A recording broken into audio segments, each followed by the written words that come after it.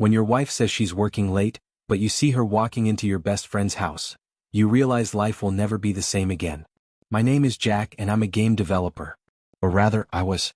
For the past 8 months, I'd been sitting without projects while the industry was going through rough times. My wife Valerie ran her own business in Dallas, a consulting company that helped startups with business strategies.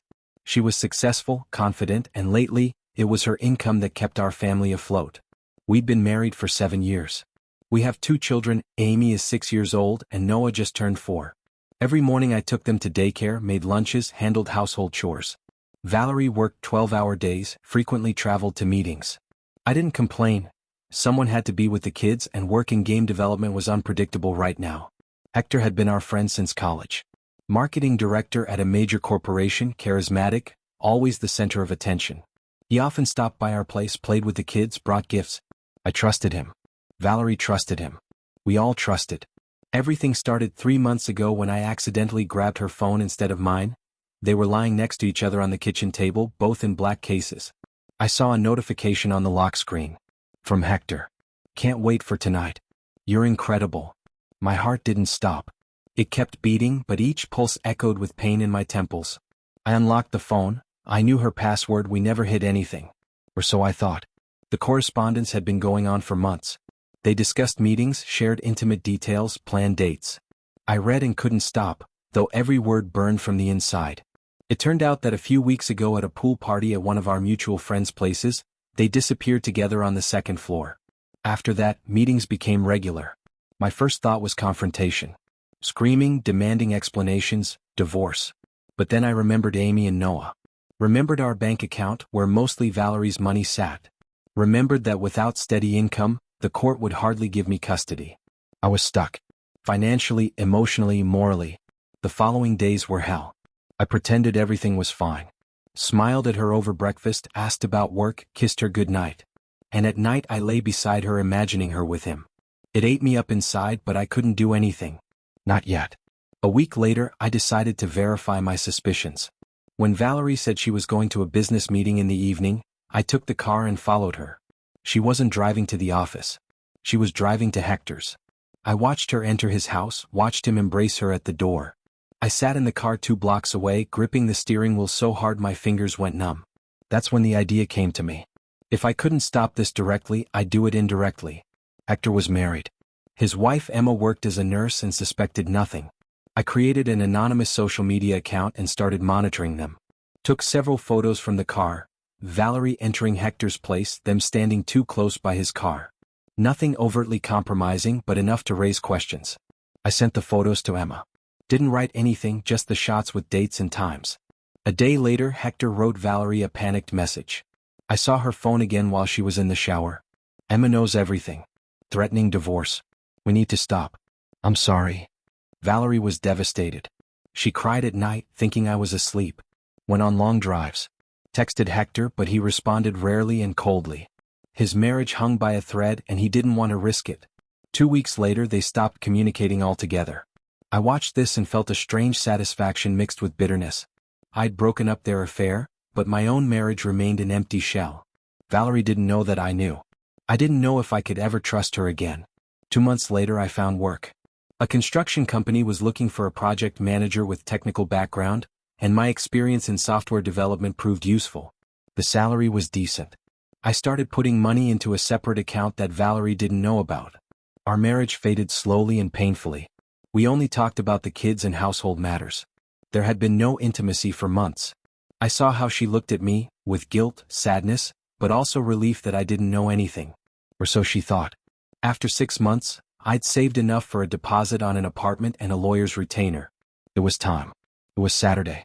The kids were at my parents' for the weekend. We sat in the kitchen with coffee. Valerie was scrolling through something on her phone. I just looked at her. We need to talk, I said. She looked up. About what? About Hector. The color drained from her face instantly. The phone fell from her hands onto the table. Jack, I know everything. My voice was surprisingly calm. I've known for 9 months. 9 months? Her voice trembled. Why didn't you say anything? Because I couldn't leave. Couldn't risk losing the kids. But now I can. Tears streamed down her cheeks. Jack, it's over. I made a mistake. It was the biggest mistake of my life. Hector and I don't communicate anymore. We can fix everything. Do you know why it ended? I leaned forward. Because his wife found out. And she found out because I told her. Valerie froze. What? I sent her the photos. Anonymously. I couldn't stop you directly, so I did it another way. You spied on me? I protected my family the only way I could, I replied. And waited until I could leave with dignity. The next hour was chaotic. Valerie begged me to give her a chance. Said to think about the kids, about everything we'd built together. That she changed, that she loved me. Maybe you do love me, I said. But I don't love you anymore. Not like before. For 9 months I watched you lie to my face. Kiss me with the same lips you kissed him with. For 9 months I died every day and pretended everything was fine. I can't anymore. The divorce process took 3 months. We agreed on joint custody, 1 week with me, 1 week with her. We sold the apartment and split the money. I found a small place a few blocks from hers so the kids could easily see both parents. Valerie tried to find out if there was someone else. If I was dating anyone. I saw hope in her eyes. Perhaps if I was moving on, she could forgive herself. But I didn't give her that relief. There's no one, I simply replied. Hector and Emma divorced a month after she found out. He tried to contact Valerie but she blocked him.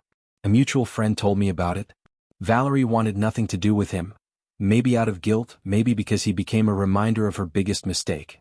The last time I picked up the kids from her place, Valerie stopped me at the door. Jack, I want you to know. I truly regret it. Every day. Thank you for continuing to watch this YouTube channel. You are the ones who influence what stories will be on this channel in the future. Remember, it is thanks to your comments, likes, and subscriptions that this channel can grow and improve. I will continue the story. I looked at her. Saw the fatigue in her eyes, wrinkles I hadn't noticed before. But I didn't feel satisfaction from her suffering. Only emptiness. I regret it too, I said. I regret not leaving immediately. Playing these games. Living in lies for 9 months. You could have just told me. We could have tried. No, I interrupted. We couldn't. Because I already made the decision the moment I read your messages. Everything that happened after. That's just the time I needed to ensure I could leave. The kids ran out of the apartment with backpacks. Amy hugged Valerie, then me. Noah held his toy dinosaur and smiled. They adapted better than I expected. 2 houses, 2 parents who no longer yell at each other. As we walked to the car, Amy asked, Dad, why don't you and Mom live together anymore? I crouched to be at eye level with her. Because sometimes adults realize it's better to be friends than husband and wife. But we both love you very much. Uncle Hector doesn't come anymore, she said thoughtfully. Mom said he moved away. Yes, he moved away, I replied, trying to keep an even tone. In the car, I looked in the rearview mirror. Valerie stood by the door watching us drive away. I saw her almost every week when we exchanged the kids. We talked politely, even warmly, for the children. But between us there was always a chasm filled with words we'd never say and trust that was impossible to restore. Almost a year has passed since that day I read those messages. Sometimes I think about what would have happened if I'd confronted her immediately. Maybe we could have fixed everything. Maybe therapy, time, effort, maybe it would have worked. But more often I think about those 9 months when I played the role of a happy husband. When I kissed her knowing where her lips had been. When I thanked her for dinner she cooked returning from him. When I lay beside her at night imagining them together. Those 9 months changed me. Made me harder, colder. I learned to control emotions, hide pain, plan months ahead. I became a person I never thought I'd become. Sometimes Amy asks if I'm lonely. I smile and say I have her and Noah, and that's enough. It's true but not the whole truth. The truth is I'm not sure I'll ever be able to trust someone the way I trusted Valerie. She destroyed something more than our marriage. She destroyed my faith that people you love won't cause you the greatest pain. And even now, when it's all over, when we're both moving forward, I still wake up at night thinking about that message on the screen. Can't wait for tonight. You're incredible. But life has layers I didn't understand back then. The complexity of betrayal isn't just in the act itself. It's in everything that surrounds it, in every decision that follows, in every moment you choose silence over truth. I remember the first family dinner after I found out. We were sitting at the table, Valerie, me, and the kids. Amy was telling us about her day at school, something about a project on butterflies. Noah was making a mess with his spaghetti, getting sauce everywhere. Valerie laughed, wiped his face, looked at me with such warmth. And for a moment I almost forgot. Almost convinced myself I'd imagined everything. But then her phone buzzed. She glanced at it quickly, turned it face down and continued eating. Such a small gesture. One she'd probably done 100 times before and I never noticed. Now I noticed everything. That night, after putting the kids to bed, I went for a walk. Dallas was humid in June, the kind of heat that clings to your skin. I walked for hours through our neighborhood, past houses with lit windows, families visible inside. Perfect little tableaus of domestic happiness. Were they all lies too? How many of those lit windows hid the same secret mine did? I found myself at a 24-hour diner and sat at the counter. The waitress, an older woman with kind eyes and a name tag that said, Dorothy, poured me coffee without asking. Rough night? She asked. Something like that. Wife troubles or work troubles? Those are usually the two. I smiled despite myself. Very perceptive. 30 years serving coffee at midnight will do that. She refilled my cup though it was still half full. The thing about troubles is they don't get smaller by ignoring them. They just get heavier. I nodded, staring into the dark liquid. What if you can't do anything about them? What if you're stuck? Dorothy leaned against the counter. Honey, nobody's ever really stuck. Feels that way sometimes, but there's always a door. Might be a small one, might take time to find it, but it's there.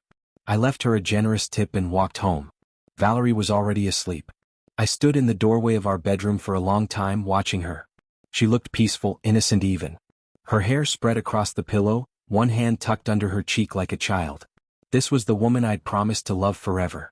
This was the woman who'd broken that promise and didn't even know I knew. The next week I started documenting everything. Not just for the eventual divorce, though that was part of it, but because I needed to feel like I had some control. I created a detailed spreadsheet of our finances. Noted every time she came home late. Recorded which nights she seemed distant, which mornings she was unusually cheerful. I became a detective in my own life, and the case I was building was against the person sleeping next to me. One afternoon while the kids napped, I went through our photo albums. 7 years of memories. Our wedding day, Valerie in white, both of us so young, so sure. Her father walking her down the aisle, tears in his eyes. Our honeymoon in Costa Rica, both of us sunburned and grinning. The day we found out she was pregnant with Amy. The moment we brought Noah home from the hospital. When did it change? When did we go from those people to these people?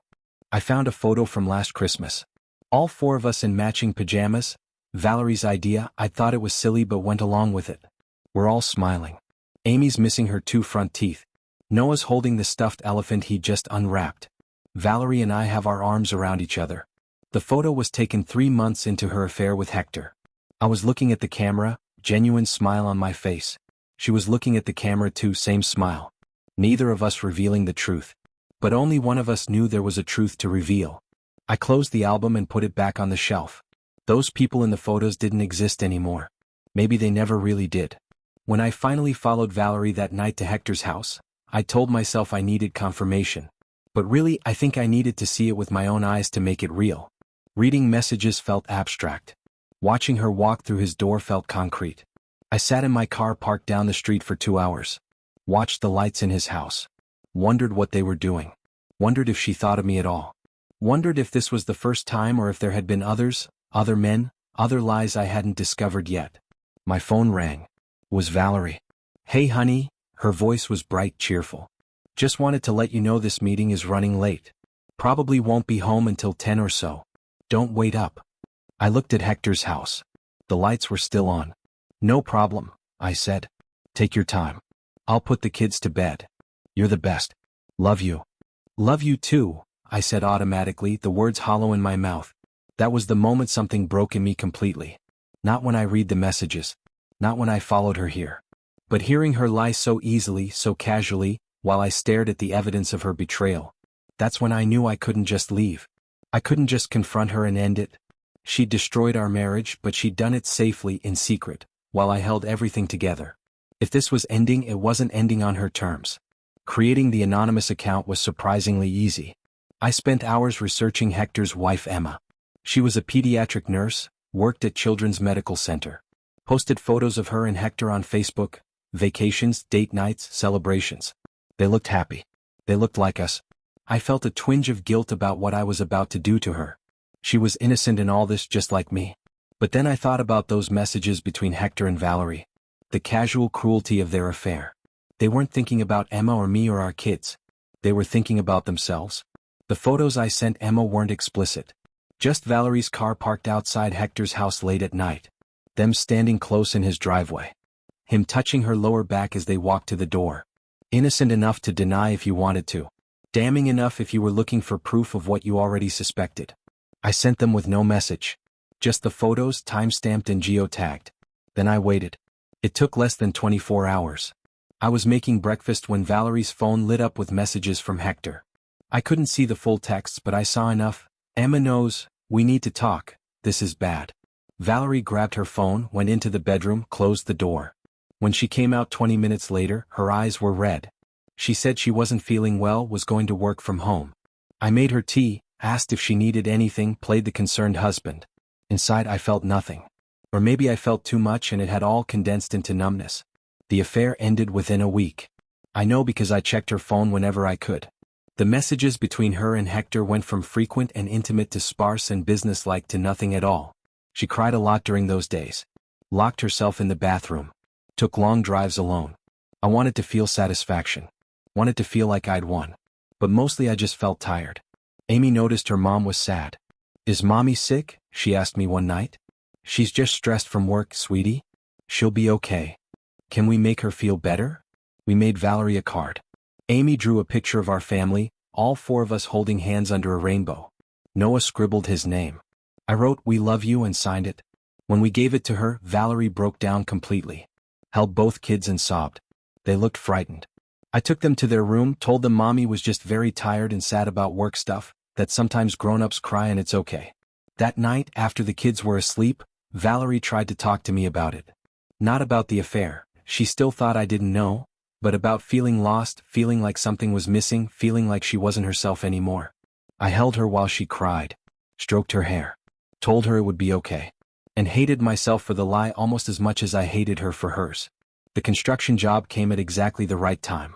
I was suffocating in that apartment, in that role of oblivious husband. Having somewhere to go every day, something to focus on that wasn't the slow death of my marriage, probably saved my sanity. My boss, Roger, was a straightforward guy. Mid-50s, divorced twice, lived for his work. We were at a job site one day when he asked me, "You married?" "Yeah. 7 years. Happy?" I paused too long. Roger noticed. "None of my business," he said. "But I've been where you are. That look in your eyes. My advice? Whatever you're avoiding dealing with, deal with it. Sooner rather than later. Trust me." What happened with your marriages? First one, I cheated. Stupid, young, thought I was invincible. Second one, she cheated. Karma's a bitch. He lit a cigarette. The thing about betrayal is it changes you. First time I was the betrayer. Felt guilty, but also felt like I'd gotten away with something. Second time being the betrayed? That hollows you out. Makes you question everything. Every person, every moment, every memory. Which is worse? I asked. Being the one who got cheated on, he said without hesitation. Because when you're the cheater, you know the truth. When you're the one betrayed, you start wondering if anything was ever true at all.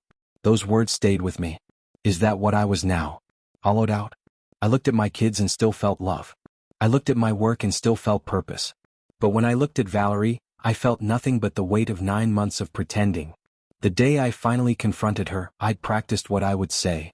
Rehearsed it in the car on the way to work, in the shower while lying awake at night.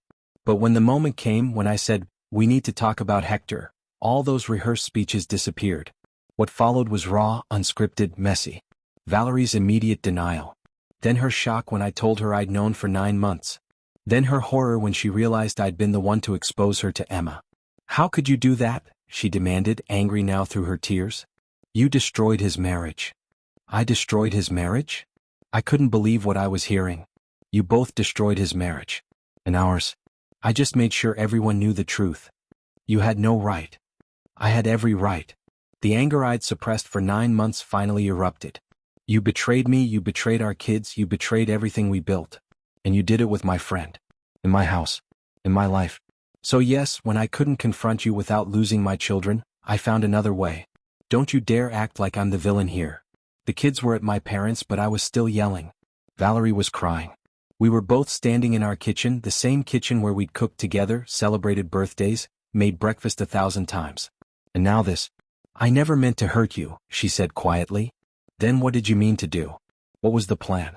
Were you going to leave me for him? Just keep lying forever? What? I don't know. I wasn't thinking. It just happened. It didn't just happen. Every time you texted him, that was a choice. Every time you met him, that was a choice.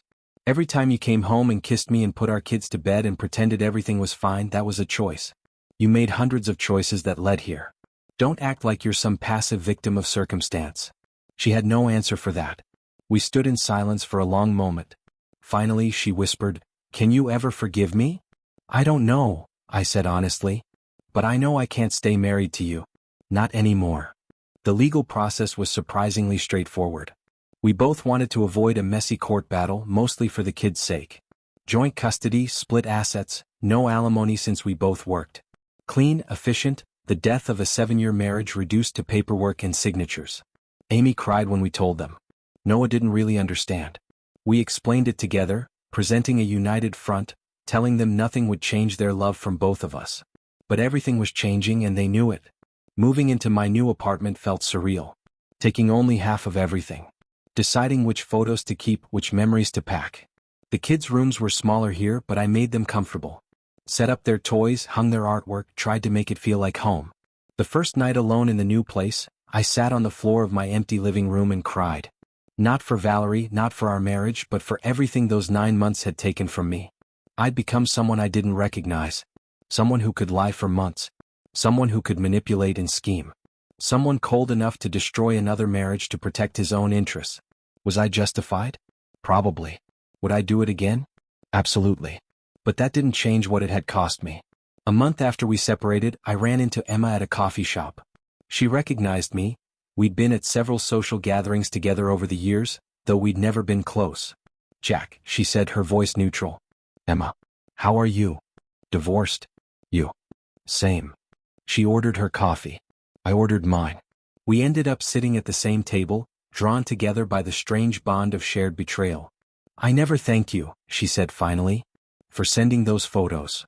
I didn't do it for you," I admitted. "I did it for me." "I know. But still. I deserve to know the truth. So thank you." "I'm sorry you had to find out that way." She laughed bitterly. "How else should I have found out? Were they ever going to tell us? Were they ever going to stop on their own?" We sat in silence. Finally she said, "The worst part isn't even the cheating. It's realizing how long I was the fool. How many times he lied to my face.